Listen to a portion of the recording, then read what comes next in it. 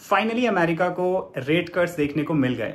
Fed chairman ने rate cuts कर दिए हैं अराउंड 25 बेसिस पॉइंट। अपनी स्पीच में उन्होंने कुछ पॉइंटर्स डिस्कस करे हैं। चलिए वन बाय वन उनको जानते हैं। उन्होंने जिक्र किया है इन्फ्लेशन का। इन्फ्लेशन के बारे में उन्होंने कहा है कि इन्फ्लेशन अभी भी कंट्रोल में नहीं है, अभी भी अराउंड 2.9% का इन्फ्लेशन चल रहा है, जो टारगेट से अभी थोड़ा हाई है, लेकिन फिर भी वो रेट कट्स कर रहे हैं। उन्होंने इसके दो रीजन दिए हैं कि क्यों वो फिर भी रेट कट्स कर रहे हैं।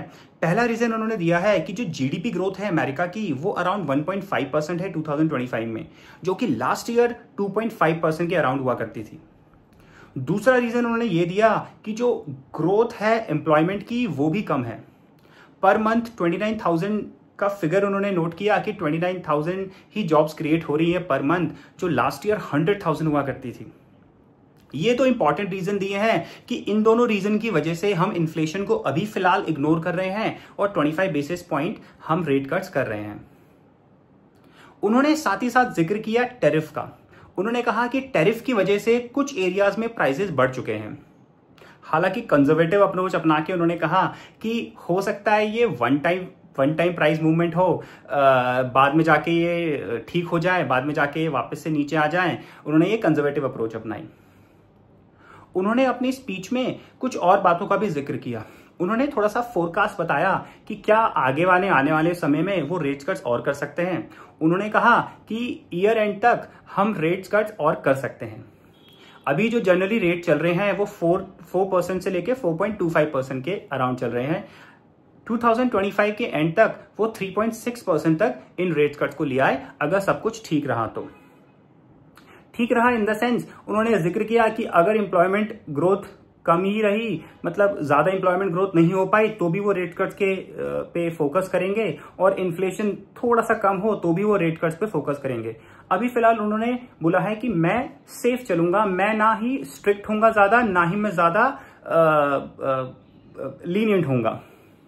उन्होंने कहा कि रेट कट्स हो सकते हैं अगर डेटा अच्छा आता है, लेकिन कुछ प्रॉमिस नहीं किया उन्होंने कि ये फोरकास्ट है, अभी मैं एक्चुअल चीज नहीं बता रहा कि ये 3.6% रेट हो जाएगा।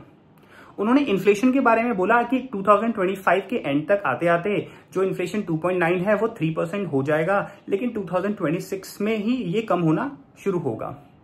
अभी फिलहाल इन्फ्लेशन कम होना थोड़े से चांसेस कम लग रहे हैं उन्हें, लेकिन उन्होंने टारगेट 2026 के रखे हैं।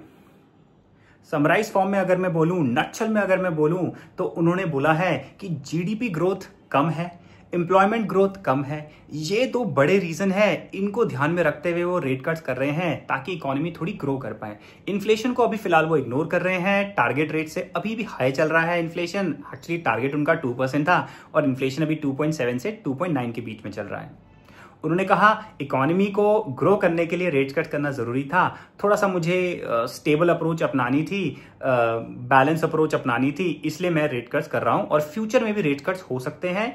अगर मुझे लगा कि एम्प्लॉयमेंट फिर भी कम है तो मैं रेट कट्स करने की सोचूंगा। इन्फ्लेशन को अभी फिलहाल इग्नोर कर सकते हैं। टारगेट उनका 3% भी है कि 3% भी जा सकता है 2025 तक, और 2026 में वो नीचे आना शुरू हो जाएगा इन्फ्लेशन।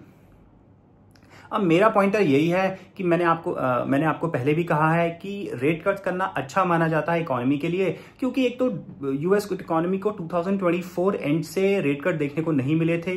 ग्रोथ इसीलिए कम है। ग्रोथ को बढ़ाने के लिए पैसा सर्कुलेट करना बहुत जरूरी है। तो मेरा पॉइंट ऑफ व्यू कहें तो मेरे हिसाब से तो इकोनॉमी के लिए अच्छी खबर है। ये इन्फॉर्मेशन थी जो आपको देनी थी। Bye bye.